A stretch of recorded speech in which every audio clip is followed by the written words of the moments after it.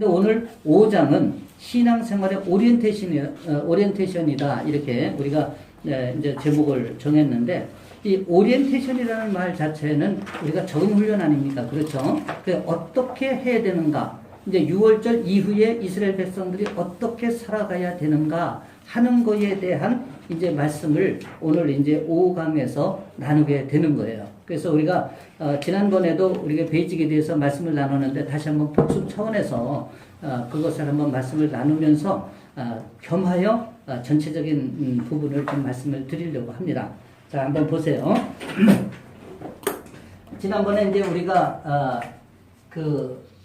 우리가 인생을 살면서 바뀌지 않는 것이 왜 안 바뀐다고 그랬어요? 우리가 교회 생활이나 또 이게 신앙생활 하면서도 밖에 나가서 우리가 사회생활을 하는데 세상과 삶을 살아가는데 도무지 이것이 그리스도인인지 세상 사람인지 구별이 잘 안 되는 것이 오늘날 많은 그리스도인의 모습 아닙니까? 그것은 바로 우리가 이제 주권이 이양이 안 됐다고 했잖아요. 그래서 이 주권을, 자, 보세요. 이제 오늘 굉장히 중요한 얘기를 다시 한번 합니다. 주권을 우리가 이제 하나님 앞에 이양하라 그랬지 않습니까? 이양. 주권을 이양하는 거예요. 근데 이걸 100% 이양하라고 했지 않습니까? 100% 이양한, 주권을 100% 이양한 이 그리스도인은 컴플레인이 없다고 그랬지 않습니까? 그렇죠? 컴플레인이라는 게 뭐예요? 내 안에 있는 불평과 불만과 내 생각과 모든 판단과 생각할 수 있는 사고의 모든 것이 이 컴플레인이에요. 그러니까 주권을 이양한 사람은 내 안에 컴플레인이 없다는 거예요. 다시 말씀드리면 차지사님이 집에서 박시사님이 바가지를 좀 긁었어. 근데 컴플레인이 된 사람은 이 바가지를 긁었을 때 이쪽에 옛 아담이 반응을 안 하는 거예요. 아, 바가지를 긁는 이유가 있겠구나. 이렇게 생각을 하는 거예요. 근데 이게 주권이 이양이 안 된 사람은 어떻게 되냐면 그렇게 얘기해? 이렇게 하면서 반격이 나가는 것입니다. 그러니까 내가 비록 억울한 일을 당했어도 내 안에서 옛 아담이 반응을 하지 않는 게 바로 이 컴플레인이 없다. 이렇게 얘기하는 거예요. 그래서 이 훈련이 가장 잘 된 사람이 누구라 그랬죠? 모세. 그래서 민수기 12장 3절에서는 모세를 지면에서 가장 온유한 자라고 하나님께서 칭했습니다. 그래서 제가 온유한 자를 목표로 삼고 지금 살고 있는데 참 쉽지가 않습니다. 왜냐하면 내 안에 여기 옛 아담이 순간순간 반응을 하기 때문에 그래요. 우리 오순대 성도님도 집에서 예를 들면 아내가 당신 옛날에 내가 이렇게 하지 말랬잖아 하면서 바가지를 긁었을 때 얼마나 마음이 아프면 저런 바가지를 긁을까 이렇게 생각을 안 하고 예를 들어서 내 이렇게 정말 아픈 마음을 당신이 그것도 몰라줘? 이렇게 반응하는 거 그게 바로 여기서 옛 아담이에요. 근데 이 주권이 이양된 사람은 그런 반응이 일어나지 않는다는 거예요. 예. 그래서 주권을 이렇게 이양한 사람은 이런 사람들의 삶을 우리가 로드십 삶이라고 그랬죠. 지난번에 로드십 삶이라고 그랬는데 로드십 삶이 뭔지 아세요? 설명했는데 차지사님 뭐예요? 로드십 삶의 문자적 의미는 이 주권을 이양한 사람은 로드십 삶을 사는데 이 로드십 삶이 뭐냐? 그러면 하나님의 주권을 인정하고 그 주권에 순종해서 살겠다는 정신. 이것이 문자적 의미입니다. 다시 말씀드리면 주권을 이양한 사람이 하나님의 뜻에 순종해서 이 땅의 삶을 살아가는 거예요. 근데 이런 사람은 성령님께서 일을 하신다 그랬죠? 성령님. 그렇죠? 네. 그래서 성령님이 일을 하기 때문에 여기서 이런 사람이 기도를 하면 하나님께 이 기도가 즉시 올라가는 거예요.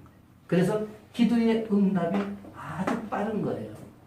그런데 1년 내내 기도하고 10년을 기도해도 기도가 응답되지 않는 경우에는 바로 이 주권 이양의 문제가 있다. 이렇게 말씀을 드렸지 않습니까? 그래서 새벽에 나와서 아무리 기도를 하는데 근데 이 기도가 응답이 안 되는 거예요. 왜? 이 주권을 이행하지 않았기 때문에 내 나라, 내 의를 구하는 기도. 근데 하나님은 하나님의 나라와 하나님의 의를 구하는 기도를 하라고 했잖아요. 그의 나라와 그의 의를 구하라. 그리하면 이게 이제 하나님이 쌍무관계에서 하나님께서 우리에게 조건을 붙여준 거예요. 근데 많은 사람들이 주권을 내려놓지 않았기 때문에 내 나라 내 의를 구하는 거예요. 내가 왕이 돼서. 다시 말씀드리면 내가 통치권을 갖고 있는 거예요. 근데 주권 이야기라는 것은 내 통치권을 내려놓는 거예요. 내 통치권을 내려놔야 하나님의 나라가 나한테 임하는 거예요. 그래서 하나님의 통치가 나한테 이루어지는 거예요. 이것이 주권 이행한 사람의 드러나는 현상인 거예요. 근데 이것이 안 되면 기도를 해도 항상 내 나라와 내 의를 구하는 거예요. 그래서 이런 사람들의 기도는 뭐냐면 자기 아들은 공부를 안 했는데 기도할 때 뭐라고 기도하냐면 내 아들이 서울대학교 붙게 해달라는 거예요. 여러분 생각해 보십시오. 이 아들이 공부를 안 했어요. 그걸 안 했는데 서울대를 들어가게 기도를 하는 것이 과연 하나님의 기도에 합당합니까? 이건 내 의를 드러내는 거예요. 내 육의 기도, 육적인 기도예요. 그렇죠? 내 욕심과 탐욕의 기도밖에 되지 않는 거예요. 그러면 어떻게 기도해야 돼요? 내 아들이 비록 공부를 하지 않았지만 하나님 서울대 들어갈 형편은 안 되지만 이 아들에게 가장 인생에 있어서 건강하게 살아갈 수 있는 그런 대학교를 들어가게 해달라고 기도하는 것이 오히려 건강한 기도가 되는 거 아닙니까? 그러니까 하나님의 나라와 하나님의 의를 구하지 않고 내 나라와 내 의를 구하면 하나님은 침묵하신다고 했지 않습니까? 예? 그래서 언제까지? 그 나라와 그 의를 구할 때까지 하나님은 침묵하신다. 이게 이제 우리의 이게 선순환, 우리 기도의 선순환이고 기본 베이직에 대해서 이제 요것을 이제 반복해서 말씀드리면 여기 이제 나옵니다, 이게. 그래서 굉장히 중요한 거예요. 그런데 자, 우리가 이제 거듭남이라고 하는 것을 우리가 이제 6월절을 거듭남이라고 하지 않습니까? 6월절은 우리의 공이 아무것도 없는데 어때요? 하나님의 일방적인 은혜로 구원을 베풀어 주셨기 때문에 그것을 우리가 거듭남이다. 이렇게 얘기하는데 이제 오늘 중요한 것을 이제 오늘 오리엔테이션의 아주 핵심 과제입니다. 여기 6월절을 경험한 이스라엘 백성들에게 하나님이 세 가지를 명령했어요. 이 세 가지 때문에 오늘 이 말씀을 다시 드리는 거예요. 자, 그 세 가지가 첫째 뭐냐? 이게 전체가 기본 베이직으로 돌아가는 거예요. 첫째가 초태생 신앙입니다. 초태생 신앙. 자, 두 번째가 뭐죠? 무교절. 무교절을 지키라. 세 번째가 구름기둥과 불기둥의 인도를 받아라. 이거거든요. 그럼 초태생 신앙은 뭘까요? 차이사님, 초태생 신앙이 뭘까요? 뭐죠? 초태생 신앙은? 이스라엘하고 예수님을 믿으라는 거 아니에요? 모든 첫 것을 갖다가 그렇죠. 해라. 네. 첫 것은 하나님 거예요. 왜? 6월절 사건을 보면은 이스라엘 백성들을 하나님께서 이제 출애굽시키기 위해서 어린 양의 피를 통해서 이제 좌우 임방의 발음으로 인해서 죽음의 사자가 패스오버 했지 않습니까? 예. 그래서 그것을 기념하기 위해서 첫 것은 하나님 거예요. 그래서 첫 것이 하나님 거기 때문에 이 초태생 신앙인데 그렇다면 이 초태생 신앙이 구체적으로 뭐냐?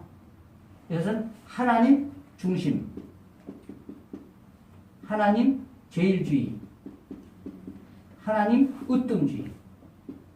다시 말씀드리면은 모든 삶에 하나님이 우선순위예요. 근데 이것을 사람들이 지식으로는 아는지 모르는데 지키지는 않습니다. 이것을. 자, 보세요. 여러분, 이제 경조사도 많아요. 이제 지금 5월달 되니까 경조사가 너무 많죠. 아니, 중직 중에도 경조사 있다고 주일날 경조사를 가. 여러분. 그러면 이게 우리 초태생 신앙을 지키는 걸까요? 안 지키는 거예요. 주일을 내 맘대로 재단할 수가 없는 거예요. 주일을. 네. 주일 하루를 얘기를 하신 겁니까? 아니면 뭐 주일 예배를 놓고 예배를 드려야 할 시간에 예배를 안 드리고 경조사를 하는 거예요. 예배를 하고 가면요? 예배를 하고 간다 하더라도 온전한 것은 아니에요. 네, 주일은 예를 들면 일반 성도 같으면 예배를 드리고 가서 갈 수도 있지만 중직 정도 되면은 더군다나 중직 중에서도 장로님 같은 경우에는 교회에서 교회 전반적인 것을 다 우리가 보고 5분 늦게까지 이렇게 성도들도 살피고 보살피고 또 교회에 어떤 부분이 필요한가를 살펴야 되는 것이 하나님께서 부여해 주신 우리의 직무예요. 그럼에도 불구하고 그냥 휙 하고 가버려요. 자, 예배, 제가 눈의 예배. 왜냐하면 예배를 성공한 사람이 삶을 성공합니다. 그런데 예배를 드리는데 한번 여러분들 이제 잘 한번 살펴보십시오. 우리가 예배를 10시 시작한다. 그러면은, 아마 강대상에서 보시면 알지만은 적어도 10분에서 20분을 지각하는 사람이 30%는 됩니다. 자, 근데, 6월절을 지킬 때, 6월절에 어린 양으로, 구원을 얻을 때, 장자를 다 치는 그 제사를 통해서 이스라엘 백성들이 이제 출애굽을 하게 되지 않습니까? 그때 하나님께서 그 어린 양을 어떤 어린 양을 하나님께서 취하라고 그랬냐면은 흠 없는 수컷이에요. 자, 흠이 없다는 얘기는 뭐냐면 하나님 앞에 드리는 제사가 흠이 없어야 되는 거예요. 그렇죠? 그런데 자, 10분, 15분 지각을 갖다가 그냥 아무렇지나 않게 생각하고 들어와서 그냥 예배라고 드린다고 한번 생각을 해보십시오. 이것이 과연 온전한 예배일까? 온전한 예배라고 생각이 되십니까? 그렇지 않습니다. 양심적으로 그렇게 안 되죠. 예. 자, 또 얘기하지만 여름철에도 보면 슬리퍼 끌고 반바지에 질질질 끌고 오시는 분들이 있어요. 우리 하나님이 그렇게 만홀히 여길 뿐이 아니에요. 자기 집의 어른도 우리가 대할 때는 겸손하게 대하지 않습니까? 그래서 우리가 지난번에 어버이주일이었죠. 어버이주일을 설교하면서 뭐라고 했어요? 내 부모를 공경하라. 공경하라 했습니다. 내 부모를. 자, 공경이 무슨 뜻이에요? 공경이 무슨 뜻입니까? 그러니까 우리가 이런 것을 제대로 알아야 돼요. 공경이라고 하는 것은 내 몸을 조심스럽게 해서 받드는 게 공경이에요. 근데 이 공경에는 경외가 포함돼요. 근데 경외는 또 어떤 것이냐? 공경하는 마음에 두려운 마음을 포함하는 거예요. 자, 부모를 공경을 하고 두려운 마음을 갖는 거예요. 두렵다는 것이 무슨 다른 어떤 그 차원에서의 두려움이 아니라 부모를 그렇게 조심스럽게 받들으라는 의미예요. 그렇다면 우리가 하나님 아버지 아닙니까? 그렇죠? 그럼 하나님 아버지를 우리가 두려워하는 마음도 없이 그렇게 어떻게 예배를 드릴 수가 있습니까? 그렇죠? 그래서 우리가 초태생 신앙, 많은 초태생 신앙 알아요. 첫 것을 하나님 앞에 드리래. 첫 것은 내 것이다. 얘기했다고 그러는데 실제 삶을 적용하는 데 있어서는 그게 뭔지를 모르는 거예요. 그래서 초태생 신앙을 드리는 것이잖아요. 자기가 생각하는 것이 옳다라고 그냥 예배를 드리는 의무를 자기가 그냥 수행하고 마는 거예요. 하나님은 그 예배를 받지 않았음에도 불구하고 나는 하나님 앞에 예배를 드렸다. 이렇게 생각하는 거예요. 그러면 얼마나 참 황당합니까? 그렇죠? 이렇게 많아요. 또 우리 11조. 11조는 하나님 앞에 우리가 신앙 고백하는 거예요. 우리가 헌금이 아니라고 그랬어요. 11조는. 말라기에서는 11조를 가지고 내가 나를 시험해보라. 내 곡간이 차나 안 차나 한번 시험해보라. 이렇게까지 하나님께서 얘기를 했어요. 그러니까 이것은 신앙 고백이라고 얘기하는 거예요. 11조를 통해서. 그것도 우리가 초태생 신앙이에요. 새벽기도도 마찬가지예요. 우리 월상 예배도 마찬가지예요.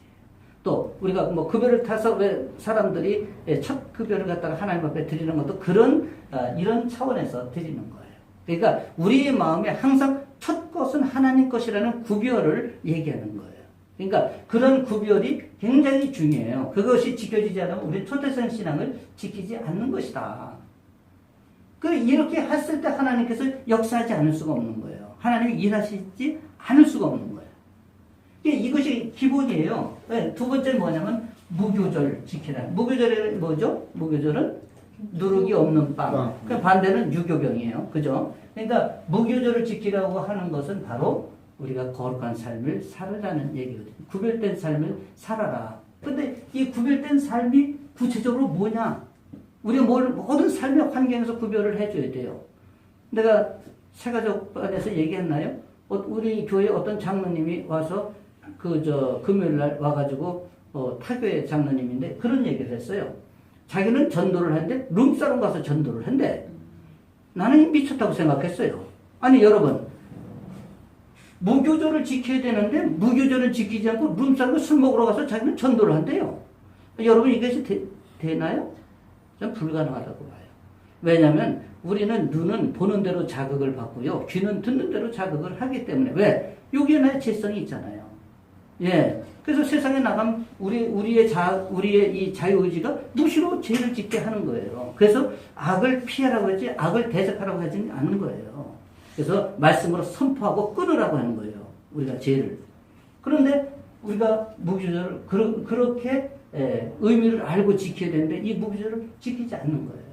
자, 그러면 우리가 주의를 거룩하게 지켜야 되는데 우리가 주의를 경조사에 쫓아다니고 집에 놀러 가고 그러면 이게 우리가 구별된 삶을 사는 게 아닌 거죠. 그 다음에 이제 구름기둥과 불기둥의 인도를 받으라는 것입니다. 자, 이 구름기둥과 불기둥이 뭡니까? 성령님이시죠? 그렇죠? 근데 구름기둥과 불기둥의 인도를 받으라고 하는데 항상 어떻게 해요?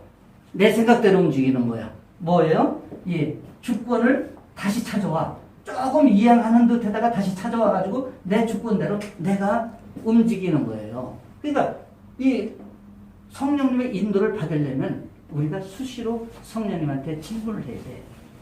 이 질문이 우리가 습관화돼줘야 돼. 지난번에 집사님 저한테 그랬잖아. 100% 주권을 이양하려면 도대체 어떻게 해야 됩니까? 질문하셨지 않습니까? 그 질문 정말 아주 핵심적인 질문을 하신 거야. 너무 잘하신 거야. 그래서 제가 두 가지를 얘기했잖아요. 자, 수시로 질문하십시오. 하나님 앞에. 또 두 번째는 해결을 하십시오. 계속 하나님 앞에 어떤 상황이 벌어질 때마다 우리가 이렇게 하나님 앞에 질문을 하는 거예요. 하나님 어떻게 하면 되겠습니까? 하나님의 마음은 이럴 때는 하나님은 어떻게 하시겠습니까? 라는 것을 수시로 질문하는 거예요. 그리고 내가 앞서갔을 때 또 내가 또 하나님의 마음을 아픈 죄를 범했을 때 수시로 회개해요. 이 두 가지를 반복하면 우리가 이 주권을 이양한 삶을 살아내는 거예요. 살아낸다는 거에 이걸 잘 의미하세요. 살아내는 거예요. 이것은 계속 반복될 수밖에 없는 것이죠. 그러면 이 삶을 살아가는 거예요. 로드십의 삶을 살아가는 거예요. 그러면 그분은 성령님의 인도를 받고 성령님이 일하시는 것을 경험할 수 있는 거예요. 이것이 굉장히 중요한 프로세스고 기본 베이직입니다. 근데 이것을 몰라요. 부분적으로는 알아도 이 프로세스를 제대로 몰라요. 그래서 고난을 반복하는 거예요. 하나님은 이게 이루어지지 아니하면 하나님께서는 하나님의 백성은 반드시 로드십의 삶을 통해서 천국을 소유해야 되잖아요. 천국을 소유하기 때문에 하나님이 써먹는 방법 중에 하나가 고난인 거예요. 고난의 환경을 배열하시고 우리가 보면 자 보세요. 어려움을 당하면 그때서야 하나님 앞에 잘못했다고 그래요. 저도 마찬가지예요. 예, 어려움을 당해서야. 집에 또 어떤 질병과 우환이 있으면 그때서야 하나님 앞에 가서 기도하고 회개해요. 우리가 이런 연약한 존재이다 보니까 하나님께서 그런 고난의 배열을 통해서 하나님의 백성이 이 삶을 살아가도록 우리를 인도하신다. 아셨죠? 이것이 굉장히 중요합니다. 이것만 잘하면은 진짜 신앙생활 그냥 정말 행복한 거예요. 이거. 그런데 하나하나 들어가 보면은 하나하나 실천이 만만치가 않아요. 그래서 우리가 주권 이양을 결단해야 된다는 것을 그래서 말씀을 드리는 거예요. 구조도 보면은 첫 번째 우리가 이제 보고 듣고 알고 그 다음에 내려가서 그리고 건져내고 그 다음에 인도하여 여기가 이제 해당되는 것입니다. 그러니까 인도하여의 이제 첫 번째 관문이 이제 오늘 오후 강에 시작되는 것입니다. 그렇게 이제 생각하시면 돼요. 근데 어디로 인도하느냐면은 이제 첫째는 홍해바다로 인도하고 두 번째는 광야로 인도하고 세 번째는 시내산으로 인도하는 거예요. 그래서 40장까지 가는 것입니다. 출애굽기. 그래서 한번 이제 우리가 40페이지 한번 펴보시기 바랍니다. 자, 40페이지 그거 한번 우리 찰스는 읽어주세요. 하나님의 백성들에게 유월절 새로운 출발이 됩니다. 하나님은 이 절기를 기점으로 새로운 출발을 명하셨고 이스라엘은 하나님의 장자로 애굽을 떠나 하나님의 기업으로 주겠다고 약속하신 가나안을 향해 진격해 나아갑니다. 이스라엘은 이제 바로의 백성이 아닌 하나님의 자녀로서 애굽의 질서, 바로의 법이 아닌 하나님의 새로운 질서 위에 살아야 합니다. 13장에서는 하나님께서 유월절 사건으로 구원받은 하나님의 백성들에게 이제 하나님의 백성으로서 어떻게 살아가야 할지 새로운 질서를 가르쳐 주십니다. 요즘 말로 표현한다면 신앙생활에 대한 오리엔테이션이라고 표현할 수 있겠습니다. 네. 이제 우리가 5강부터 이것은 이제 출애굽기 13장에 해당되는 거예요. 여기서부터가 이제 새로운 출발이 시작된 것입니다. 왜냐하면 6월절 이후이기 때문에. 예, 6월절에 대해서는 우리 오순태 성도님 좀 이해가 네네. 되시죠? 네네네. 예, 6월절은 굉장히 중요합니다. 그래서 이제 과거에는 어땠어요? 과거에는 애굽의 질서대로 살았잖아요. 그렇죠? 바로의 명령을 받고 바로의 지시를 받고 바로의 그 정해진 질서에 따라서 이스라엘 백성들이 노예 생활을 했던 것입니다. 그런데 이제 6월절을 통과한 이스라엘 백성들은 새로운 질서, 그 새로운 질서라는 것은 바로 하나님의 질서를 얘기하는 거예요. 하나님 백성으로서 하나님의 질서대로 이제는 살아가야 될 그것을 이제 오리엔테이션 한다. 이런 얘기입니다. 예, 그래서 12장이 6월절이 이제 하나님 편에서는 우리에게 주신 약속으로서의 의미가 있다면 이제 2장부터 5강부터는 13장 14장이거든요. 여기서는 이제 세례 언약은 이제 세례가 나와요. 오늘 이 강의에서는 세례 우리 편에서 하나님께 드리는 서약이 된다. 이렇게 보면 돼요. 왜냐하면 세례이기 때문에. 그리고 세례를 받음으로 이제는 전날의 애굽의 질서나 문화로 살지 않고 하나님 중심으로 살겠다고 결단하는 것이다. 이렇게 보면 돼요. 그 세례는 결단하는 거예요. 그래서 내가 죽고 예수 그리스도가 사는 거예요. 이 주권을 이양하는 결단이 일어나는 것이다. 이렇게 보면 되는 것입니다. 그 주권을 이양하면 어떻게 돼요? 결단이 주인이 바뀌는 거예요. 네. 내 안에 있는 바로의 주인이 하나님으로 바뀌는 거예요. 그동안은 바로가 주인이었어요. 애굽이 주인이었어요. 근데 지금은 이제 하나님이 주인인 거예요. 주인이 바뀌는 것이다. 이렇게 보면 되는 것입니다.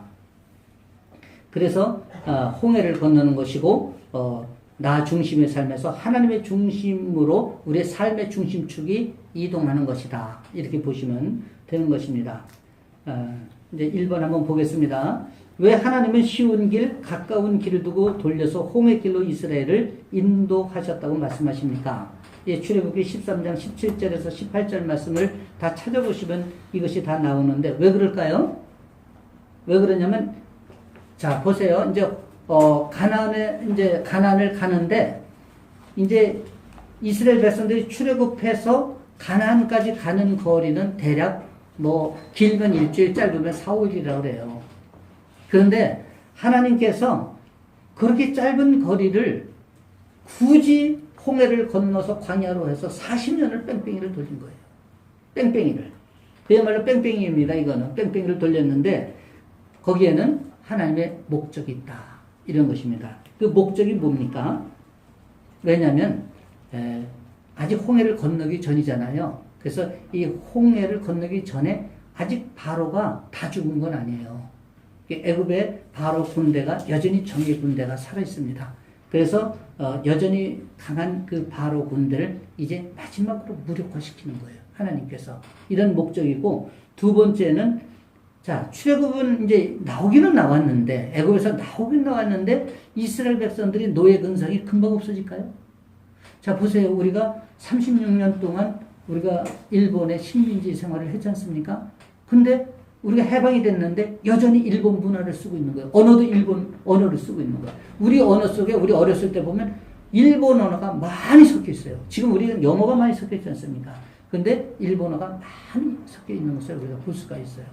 그게 쉽게 이렇게 바뀌는 게 아니에요.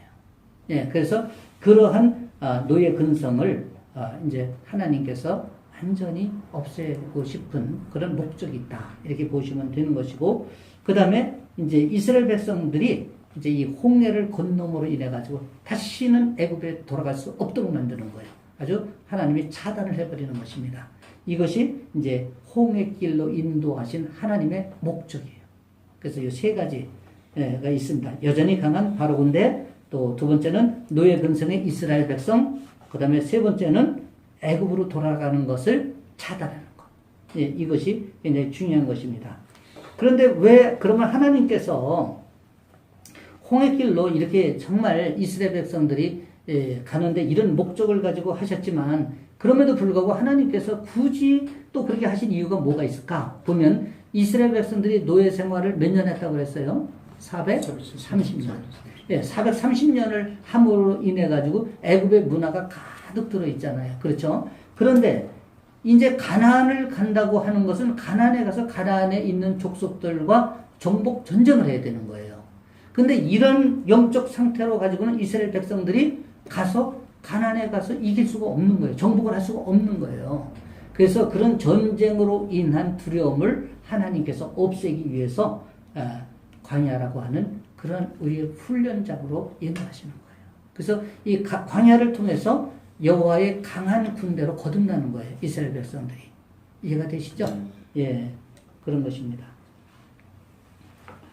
또 우리가 2번을 보면 이스라엘 자손들이 홍해를 건너고 광야 40년의 시간을 지낸 사건을 바울은 무엇이라고 해석합니까? 고린도전서 10장 1절에서 2절 한번 찾아보셨나요? 그 보면은 다 우리 조상들이 다 구름 아래 있고 바다 가운데로 지나며 모세에게 속하여 다 구름과 바다에서 세례를 받고 이렇게 말씀이 나오죠. 이 신약에서도 이 말씀 홍해 사건을 통해서 이 세례로 이렇게 말씀을 하고 계신 거예요. 그러니까 홍해를 건넌다고 하는 것은 바로 우리가 지금까지 살아왔던 삶을 자신의 삶을 거절하는 거예요. 거절이 뭐예요? 자기 부인이죠. 그죠, 집사님? 네. 예, 자기 부인. 그래서 세례를 우리가 자기 부인이라는 거예요. 자기를 부인한다는 거예요. 지금까지 내가 살아왔던 삶을 내가 부인하는 거예요. 거절하는 거예요. 그러니까 우리가 오승태 성도님이 이제 하나님의 자녀가 되셨잖아요. 그런데 과거에 사업하느라고 사람들하고 술 먹고 뭐 이렇게 하고 또 이게 세상 사람들하고 어울려서 살던 이 모든 삶을 또 내 마음대로 결정해서 사업을 막 그냥 뭐 투자해서 막 그냥 왕창 들어먹고 했던 이런 삶을 완전히 거절하는 거예요. 이제는 나 이렇게 살지 않겠다고 거절하는 거예요. 이것이 자기 부인이에요. 그것을 세례라고 하는 거예요. 근데 이게 이루어지지 않으면 성부와 성자 성령의 이름으로 세례를 주노라 하고 우리 목사님이 세례식을 의식은 했지만 내가 진정한 세례로 거듭나지 못한 거예요. 그러니까 이제는 주권을 이행했으면 모든 일을 하나님하고 의논을 해야 돼요. 이해하시죠? 네. 이제는 내가 삼위 하나님. 아까 이제 우리 오순대 성도님 말씀하신 성부, 성자, 성령은 결과적으로는 한 분이십니다. 그래서 이 하나님 중심의 삶을 살겠다고 결단하는 것이 세례예요. 예, 이 결단하는 것이 세례예요. 그래서 나는 죽어야 돼. 내가 살면은 예수 그리스도가 살 수가 없어요. 예, 그래서 내가 살아 있으면 예수 그리스도의 보혈의 피가 의미가 없는 거예요. 내가 죽어야 그 보혈의 피가 가치를 발휘하는 거예요. 그래서 그것을 우리가 세례의 의미를 잘 생각을 하시면 되겠고요. 로마서 8장 6절에서는 이렇게 말씀을 하십니다. 육신의 생각은 사망이요 영의 생각은 생명과 평안이라. 정말 이 말씀만 들어도 은혜 안 됩니까? 이게 육신의 생각은 사망이라는 거예요. 왜냐하면 우리가 생각하는 이 육신, 육의 것은 갈라디아서 나오지 않습니까? 이 육에 대한 것은 다 제약이에요. 제약. 그래서 이것은 사망으로 갈 수밖에 없는 거예요. 그러나 영의 생각은 생명과 평안이다. 이 육신의 생각이 뭡니까? 결과적으로 하나님 없이 내 마음대로 하려는 그 모든 것이 이 육의 생각이에요. 내가 왕권을 주고 내 마음대로 휘둘려는 거. 그래서 내 나라, 내 통치를 김정은이 같이 하겠다는 거. 그잖아요? 그게 바로 육의 생각이에요. 근데 영의 생각은 하나님이 중심이 되는 거예요. 그래서 무엇을 하든지 어떤 상황이 되든지 하나님 앞에 퀘스천을 하라. 이것이 굉장히 중요한 것입니다.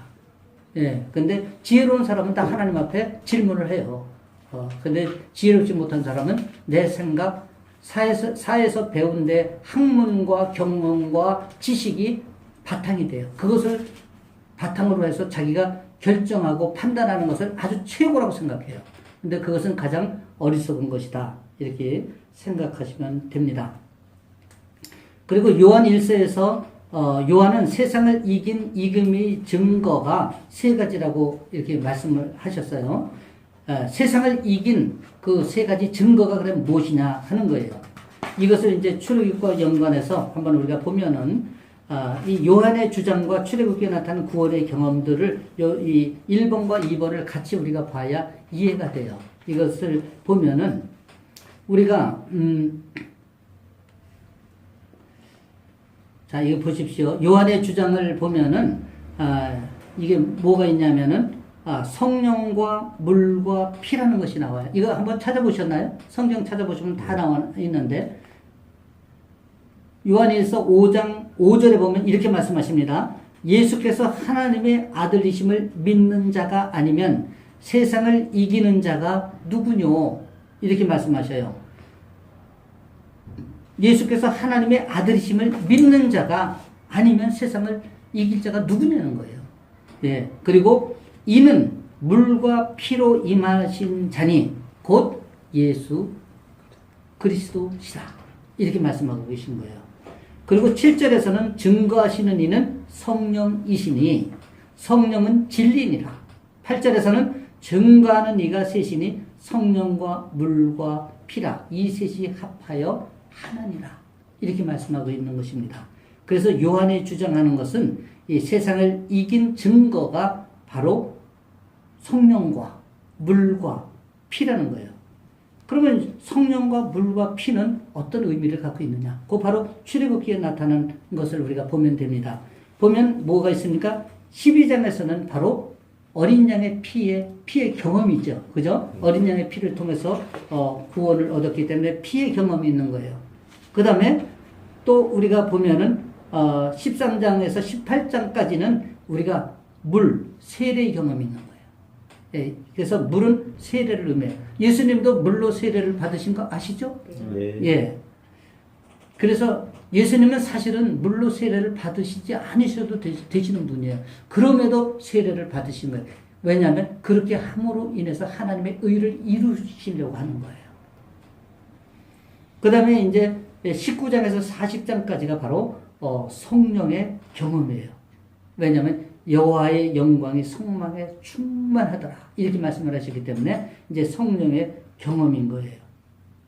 그래서 피의 경험과 세례의 경험과 성령의 경험, 요 세 가지가 바로 세상을 이기는 증거다. 이렇게 볼 수가 있는 거예요. 자, 그러면 피는 뭡니까? 바로 예수 그리스도죠? 근데 이제 물은 에스겔서에서 우리가 새가족반에서도 배웠지 않습니까? 뭐예요? 우리 육체를 깨끗게 하는 이 물의 그 근본적인 것은 뭐냐면 말씀인 거예요. 다시 말하면 성부 하나님을 우리가 의미한다. 이렇게도 볼 수가 있는 것입니다. 그리고 성령이니까 다시 말씀드리면은 성부, 성자, 성령의 삼위 하나님으로 말미암아 우리가 세상을 이기는 증거가 된다. 이렇게 영적으로 의미를 부여해 줄 수가 있는 것입니다. 그런데 이 셋이 합하여 하나라는 것은 연합을 의미하는 거예요. 그래서 우리가 말씀도 중요하고 또 예수 그리스도의 보혈의 피도 중요하고 그 다음에 성령님의 도우심도 중요한 거예요. 그래서 우리가 무시로 성령님과 교제를 하라는 거예요. 우리 안에 이미 예수 그리스도를 영접했으면 이 안에 성령님이 계시는 거예요. 우리가 성령님을 영접한 거예요. 그래서 우리가 성령님과 안에서 늘 교제할 수가 있습니다. 그래서 아까 제가 말씀드렸잖아요. 질문을 수시로 하라고. 어떤 상황이 벌어졌을 때 우리 아이가 예를 들어가지고 우리 오순대 손들이 내 아이가 유학을 가고 싶다. 이렇게 이제 아빠한테 요청을 했어요. 그러면 그 즉각적으로 내 생각으로 탁탁탁 정리해가지고 결론을 내리지 말고 그 문제를 하나님 앞에 먼저 질문을 하고 하나님 앞에 올려드리라는 거예요. 그것이 성령님께 우리가 늘 질문하고 교제하는 거예요. 아셨죠? 예. 근데 이제 성령과 물과 피라고 아까 말씀했잖아요. 근데 이 피는 우리의 죄와 불신앙과 불순종을 처리하는 거예요. 로마서 6장을 보면 로마서 6장 8절에는 이렇게 말씀하십니다. 우리가 그리스도와 함께 죽었으면 또한 그와 함께 살 줄을 믿노니 11절에는 이렇게 나옵니다. 이와 같이 너희도 너희 자신을 죄에 대해서는 죽은 자요 그리스도 예수 안에서 하나님을 대하여는 산 자로 여길지니라. 그래서 이 피는 바로 이런 죄의 문제를 해결하는 거예요. 그 다음에 물은 무엇을 의미하냐면 옛사람, 바로 자아. 이것을 이제 우리가 처리하는 것이고 또 세상 율법을 처리하는 거예요. 예, 이것은 로마서 7장에 나옵니다. 또한 성령은 뭐냐면 우리의 육과 혈기와 욕망을 처리하는 거예요. 이것은 성령의 도움을 받아야만이 처리가 되는 거기 때문에 그렇습니다. 예, 그리고 이런 것을 우리가 결단을 해야 된다는 거예요. 예, 왜냐하면 그래야만이 성령님의 지속적인 이끌림을 받을 수 있다 하는 것이죠. 자, 이제 중요한 핵심 키워드가 이제 나옵니다. 오늘 5강에서의 핵심 키워드가 이제 나오는 거예요. 세 가지 결단. 아까 여기서 다 말씀을 드렸죠? 제가 기본적인 거 말씀을 드렸습니다. 출애굽기 13장은 구원받은 이후에 우리가 어떻게 살아야 할 것인가를 오리엔테이션하는 말씀입니다. 결단해야 할 세 가지 것은 첫째, 첫 것을 하나님 앞에 드리고 두 번째는 무교절을 지키며 세 번째는 구름 기둥과 불 기둥의 인도를 따르는 것입니다. 세례는 성부와 성자 성령의 이름으로 받습니다. 위에 세 가지는 성부, 성자, 성령의 삼위 하나님과 연관되어 있습니다. 그렇죠? 첫 것을 하나님 앞에 드리려는 것은 성부 하나님을 으뜸에 두라는 거예요. 하나님 중심주의예요. 그렇죠? 그래서 성부 하나님이에요. 무교절을 지키라는 것은 거룩한 삶인데 거룩한 삶을 지키는 것은 바로 예수 그리스도를 의미하는 거예요. 그래서 성자 하나님을 말씀하는 거예요. 성자 하나님의 피로 말미암아 우리가 구별된 삶을 살아갈 수가 있기 때문에 그런 것입니다. 또 세 번째, 구름 기둥과 불 기둥의 인도를 받으라는 것은 바로 성령 하나님을 얘기하는 거예요. 이해가 되시죠? 예. 그래서 연관이 이렇게 돼 있다 하는 것을 우리가 알 수가 있습니다. 자, 첫 번째, 초태생을 왜 하나님의 것이라고 주장하십니까? 초태생을 왜 하나님 것이라고 주장하죠? 이건 이제 복습하는 거예요, 사실은. 예, 이거, 출애굽기 12장, 우리 4강에서 이미 다 한 거예요. 첫 것을 왜 초태생을 왜 하나님의 것이라고 주장하십니까? 누가 답변 한번 해보시겠어요? 애굽에서 장자를 치실 때, 마지막 재앙, 장자를 치실 때, 어린 양의 피값으로다가 했지 않습니까? 그죠? 예, 구원을 이루도록 했지 않습니까? 그래서 초태상을, 첫 것을 하나님 것으로다가 이미 그래서 그 은혜로 말미암아 우리 구원받았기 때문에 첫 것은 하나님 것이라 이렇게 하나님의 명령을 하셨습니다. 그래서 이 첫 것이라고 하는 것은 아까도 설명했지만은 우리가 주로 보면 주일이고 시간으로 보면 새벽 시간, 우리가 월로 보면 월삭이고 연으로 보면 송구영신 예배 뭐 이렇게 우리가 다 들을 수가 있는 거예요. 또 헌금으로 보면 11조. 11조는 헌금이 아닙니다. 신앙 고백이에요. 이런 것을 우리가 들을 수가 있는 것입니다. 예. 왜냐하면 애굽의 장자들이 이제 죽었잖아요. 그렇죠. 죽을 때 살아남은 이스라엘의 장자들과 생축의 처음 난 것들을 대가를 지불하고 하나님께서 산 것이기 때문에 그렇죠. 그래서 하나님은 처음 난 것은 다 내 것이다. 이렇게 말씀하고 있는 것입니다.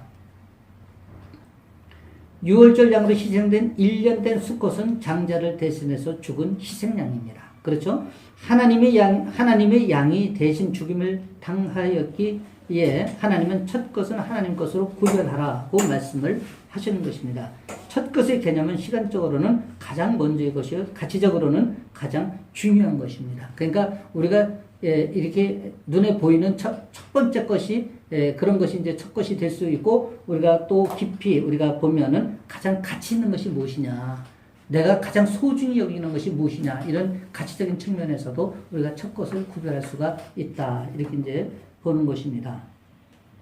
그래서 이게 첫 것을 하나님 앞에 드리는 이 초태생 신앙이야말로 바로 로드십이라는 거예요. 그래서 주권을 하나님 앞에 드리라는 것입니다. 또 두 번째는 무교병을 먹고 살라는 말씀은 무엇을 의미합니까? 아까 다 설명했는데 질서님 무교병을 먹고 살라는 게 뭐예요? 거룩한 삶을 살라는. 그렇죠. 거룩한 삶이라는 게 뭐예요? 우리가 구별이다. 예. 그래서 우리가 히브리어로는 하기어스라고 했는데 세상과 하나님과 구별이 돼줘야 되잖아요. 근데 이게 구별이 안 되면 어때요? 그리스도인인지 세상 사람인지 구별이 안 되는 거예요. 그러니까 주권이 이양이 안 되니까 무리는 크리스찬인데 사실은 크리스찬이 아닌 거예요. 나가서는 세상 사람들하고 술 먹고 뭐 담배 피우고 또 가지 말아야 할 곳을 가고, 이 가지 말아야 할 곳이 너무 많은 세상에는 아세요? 알죠? 이미 경험해서. 나도 옛날 젊었을 때는 못 모르고 친구들이 사업장으로 찾아와서 하는 고스톱하고 카드놀이 한다고 이건 가지라는 거예요. 또 그것을 같이 즐겼습니다. 응? 유리창에 신문을 붙이고 말입니다. 그냥 나도 이 죄가 얼마나 많아. 그러니까 하나님께서 너 그대로 두면 안 되겠구나. 아, 이게 하나님 나라를 소유할 이 여호와의 장자가 이 모양으로 살아서 되겠냐. 그래가지고는 나를 유격 훈련을 받게 하신 것입니다. 예. 그러니까 우리가 거룩한 삶을 살아내지를 못하면 하나님은 그 삶을 살아낼 수밖에 없도록 환경을 배열하실 수 있다. 무슨 말입니다. 이거 잘 들으세요. 예? 하나님 그렇게 하실 수 있는 분이에요. 왜냐하면 전지전능하신 분이기 때문에 언제든지 회복도 하나님이 시키실 수 있는 분이에요. 눈 깜짝할 사이에 아니 이 산을 들어 바다에 던질 수도 있는 분이에요. 하나님은. 그러니까 하나님이 나 같은 사람이 회개하고 하나님 앞에 무릎을 꿇고 눈물로 부르짖어 기도하니까 하나님께서 그 눈물의 기도를 들으시고 짐짓 져주시는 은혜로 말미암아 무에서 유를 창조하시는 은혜로 회복을 허락하신 거예요. 그것은 내 능력하고도 관계없고 내 어떤 실력하고도 관계가 없는 거예요. 그건 하나님께서 오직 하셨던 거예요. 네. 그것이 무교병을 먹는 거예요. 예. 근데 이 무교병을 먹지 못하면 반대로는 유교병을 먹게 되는 거예요. 다시 말씀드리면 죄를 먹고 사는 거예요. 그래서 세상 사람들 보세요. 죄를 먹게. 그래서 무교병을 우리가 이거 한 번만 먹고 마는 거 아닙니다. 매일 먹어야 돼. 매일 삶에서 먹어야 돼. 그러려면 어때요? 예수 그리스도를 우리를 먹어야 돼. 예수 그리스도 자체가 무교병이에요. 그렇죠? 다시 말씀드리면 이거가 무교병이에요. 예, 그래서 이것을 매일 먹어야 되는 거예요. 아셨죠? 예, 이거 안 먹으면은 입에서 혓바늘이 돋아서 안 돼요. 매일 먹어야 돼요. 예, 그랬을 때 우리가 거룩한 삶을 살아낼 수 있는 거예요. 예. 먹는 자세는 허리띠를 띠고 발에 신을 신고 손에 지팡이를 잡고 급히 먹어야 했습니다. 이는 구원받은 이후에 우리가 어떻게 살아야 하는지를 가르쳐주는 말씀입니다. 우리는 이제 나그네처럼 여행자로 살아야 합니다. 그렇죠? 우리는 이 땅의 삶이 정말 나그네예요. 그래서 먹는 자세는 바로 곧 떠날 여행자처럼 이렇게 먹는 거예요.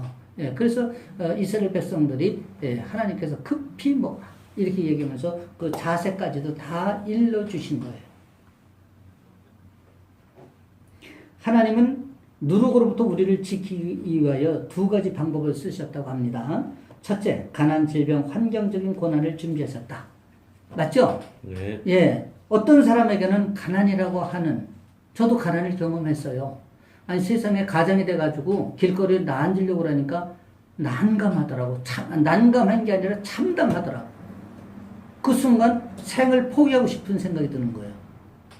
이런 것도 하나님께서 이렇게 방법적인 측면에서 사용하시는 거예요. 또 질병도 마찬가지입니다. 우리에게 어떤 예기치 않은 질병이 생겼을 때 우리는 자신을 돌아볼 수밖에 없는 거예요. 근데 질병도 원인을 가만히 분석해 보면은 자 보세요. 살아온 자기의 습관이 있고 성품과 있고 기질이 있어요.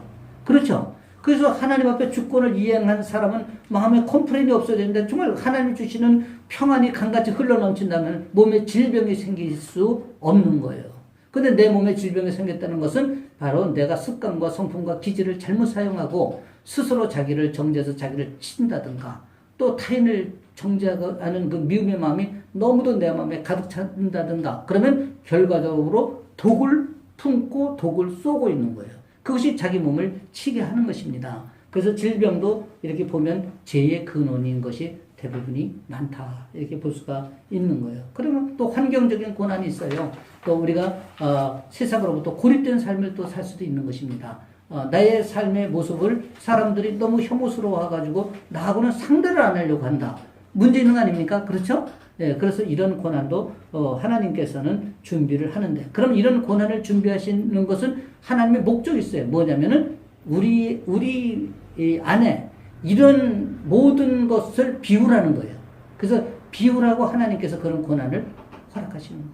내 안에 있는 그 비우려는 건 뭐예요? 나를 내려놔야 되잖아요. 그렇죠? 나의 그런 육성을 다 내려놔야 되기 때문에 하나님께서 이런 것을 우리에게 환경을 배열하신다. 이렇게 우리가 이해를 하면 되겠습니다. 또 두 번째는 죄 없으시고 무교병이신 그리스도를 먹으라는 것. 이건 뭐 그리스도를 먹으라는 건 무엇이냐면은 묵상과 예배와 설교와 말씀을 통해서 늘 말씀을 우리가 되새김을 하라. 이런 뜻을 우리가 포함하고 있는 것입니다. 이건 뭐에 해당되겠어요? 자, 비웠으면 그 다음에 뭘 해야죠? 채워넣어. 그렇죠. 그러니까 비우고 나서 아무것도 안 채우면은 이 비운 거에 뭐가 또 들어갈까요? 죄가 들어가. 우리의 육성이 그대로 살아서 또 채우는 거예요. 그러니까 이렇게 비운 자리에는 반드시 우리가 이 좋은 양식으로 우리가 채워야 돼요. 그 좋은 양식은 바로 말씀과 기도와 예배와 설교와 찬양과 이것입니다. 근데 이 중에서 정말 또 중요한 것이 이 묵상이야. 그래서 제가 늘 강조하는 게 큐티의 삶입니다. 저는 이 큐티로 아주 대박이 난 사람이에요. 그래서 내가 이 큐티를 너무 강조하는데 큐티를 제대로 할 수 있는 우리 지체들이 많지 않다는 것이 안타깝습니다.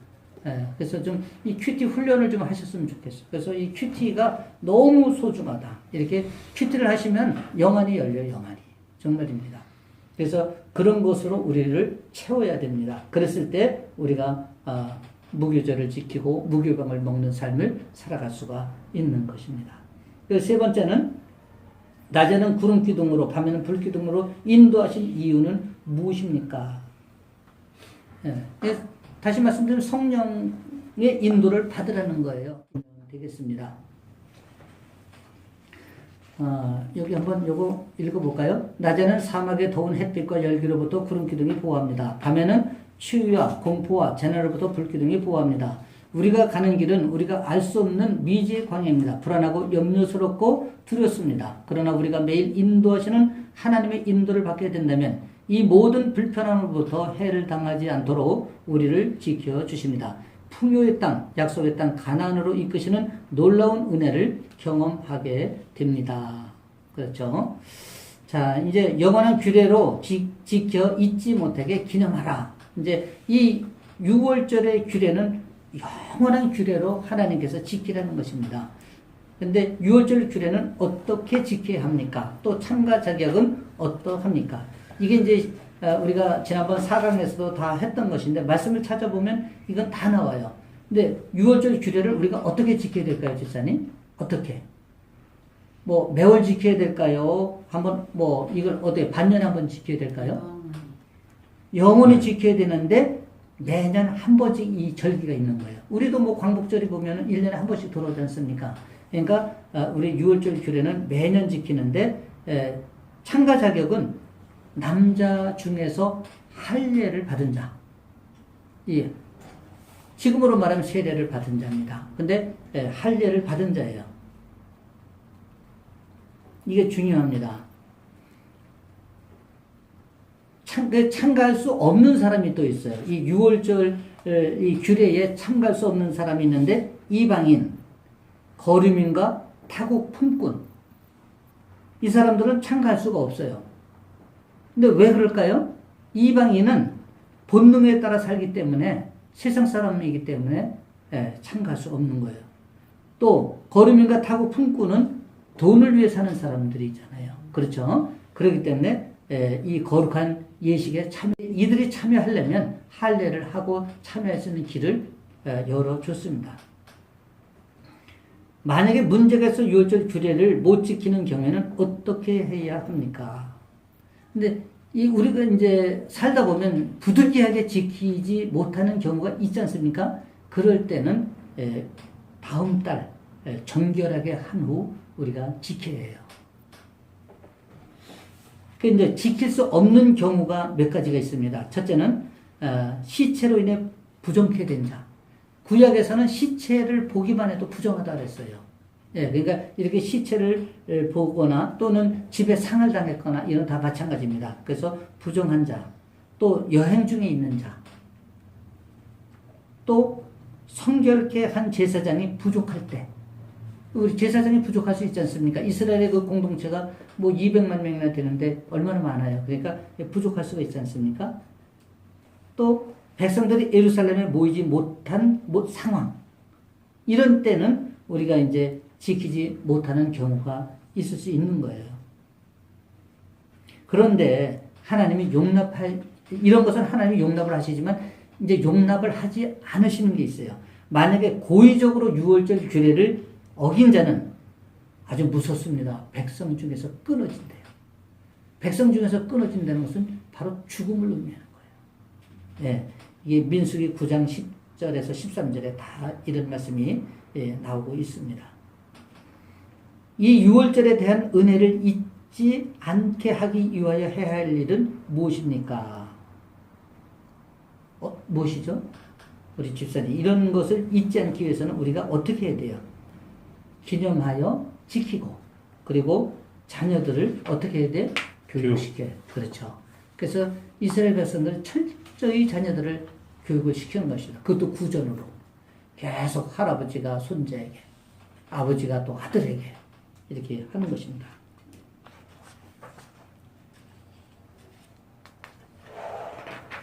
자, 다음 장 한번 보겠습니다. 이건 이제 우리가 적용하는 문제. 하나님의 행하신 구원의 역사를 자녀들에게 보여 가르치고 손에 기와 미간에 표로 삼아 마음에 새겨 두어야 합니다. 이 입에 있게 하는 것은 늘 말로 표현해야 합니다. 그러니까 이스라엘의 모든 이렇게 백성들은 자녀들에게 이렇게 가르치고 구전을 전하겠다 이런 말씀입니다. 근데 적용 질문을 보면은 구원 받으셨습니까? 정말 이거 구원파에서 이거 주로 이 질문 많이 했어요. 저도 구원파를 경험했는데 그들의 인사는 구원받았습니까? 이거예요.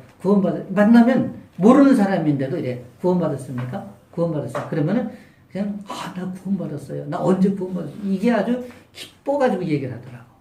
예. 근데 우리가 구원받았다고 했을 때 자신 있게 나는 구원받았다라고 할 수 있어야 돼. 구원 받으셨죠? 다? 네. 확신하시죠? 그러면 세례 받으셨습니까? 네. 그런 세례 받으셨다면 이 삶을 살아가기로 결단을 하는 겁니다. 네. 그렇죠? 예, 이게 고백이 돼줘야 돼요. 예. 그러면 세례 받은 자로서 우리는 하나님과 약속을 어떻게 지키겠습니까? 라는 거예요. 그것은 우리가 이 주권을 이양한 사람이 지켜야 될 요 세 가지. 이것만 지켜도 모범생이야. 진짜예요. 그 다른 거 봉사한다고 애쓰지 않아도 봉사한다고 애쓰고 이거 안 지키면 꽝. 아셨어요? 봉사가 노동이에요, 그거는. 근데 이것을 지키면서 봉사를 하면 그 봉사는 뭐가 된다고요? 미션. 사명이 되고 사역이 되는 거예요. 근데 그것이 아닌 봉사는 노동인 거예요. 그러니까 우리가 참 중요하지 않습니까? 네, 이런 것을 우리가 잘 이해하면 참 아마 이 신앙생활 하는데 굉장히 도움이 되겠다. 근데 우리가 이제 팁으로 좀 이제 한 가지 알아야 될 게 있어요. 세상에는 세 가지 종류의 사람이 있답니다. 첫째는 다 성경적인 거예요. 인간의 본성 그대로 사는 자연적인 사람이 있습니다.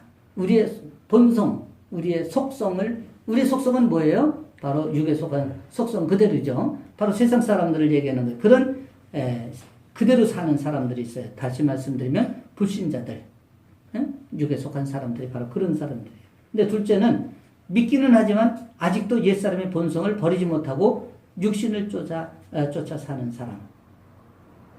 그렇죠? 이런 사람이 있을 수 있는 거예요. 우리가 믿기는 해요. 예수 그리스도를 영접을 했어요. 자, 구원은 받았어요. 그런데 우리의 마음은 아직도 애굽을 쫓는 거예요. 바로의 노예 생활에서 벗어나지 못하는 거예요. 이런 사람이 있다는 거예요.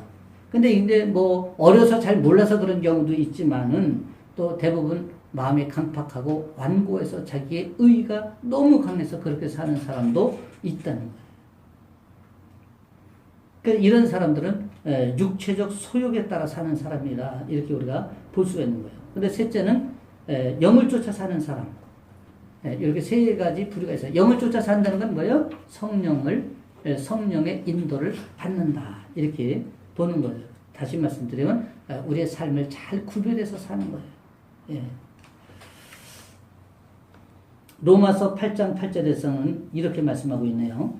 육신을 따르는 자는 육신의 일을 이 로마서를 읽다 보면 아주 감탄을 해요. 육신을 따르는 자는 육신의 일을 생각한다는 거예요. 그 다음에 영을 따르는 자는 영의 일을 생각하나니 육신의 생각은 사망이요 영의 생각은 생명과 평안이다. 육신의 생각은 하나님과 원수가 되나니 육신의 생각은 하나님과 원수가 된다. 왜 원수가 될까요? 아니 죄를 짓는 하나님과 대적할 수밖에 없잖아요. 그래서 원수가 되는 거예요. 이는 하나님 법에 굴복하지 아니할 뿐 아니라 할 수도 없습니다. 그래서 육신에 있는 자들은 하나님을 기쁘시게 할 수 없는 것, 바로 사망에 갈 수밖에 없다 하는 것입니다. 다윗이 죄를 범하고 제일 두려워했던 것이 뭔지 아십니까? 다윗도 죄를 졌어요. 그렇죠? 죄를 지고 가장 두려웠던 것은 그는 시편 51편 11절에서 12절에 이렇게 고백을 합니다. 시편 51편 11절 12절을 찾아보시면 다 나오는데, 나를 주 앞에서 쫓아내지 마시며 주의 성령을 내게서 거두지 마소서, 이렇게 고백을 해요. 나를 주 앞에서 쫓아내지 말라는 거예요. 왜냐하면 이것이 바로 뭘 의미합니까? 사망이잖아요. 그죠? 그러니까 다윗이 죄를 지으면서 가장 두려웠던 것이 이거예요. 나를 주 앞에서 쫓아내지 마시며 주의 성령을 내게서 거두지 말아달라는 거예요. 이 고백을 했어요.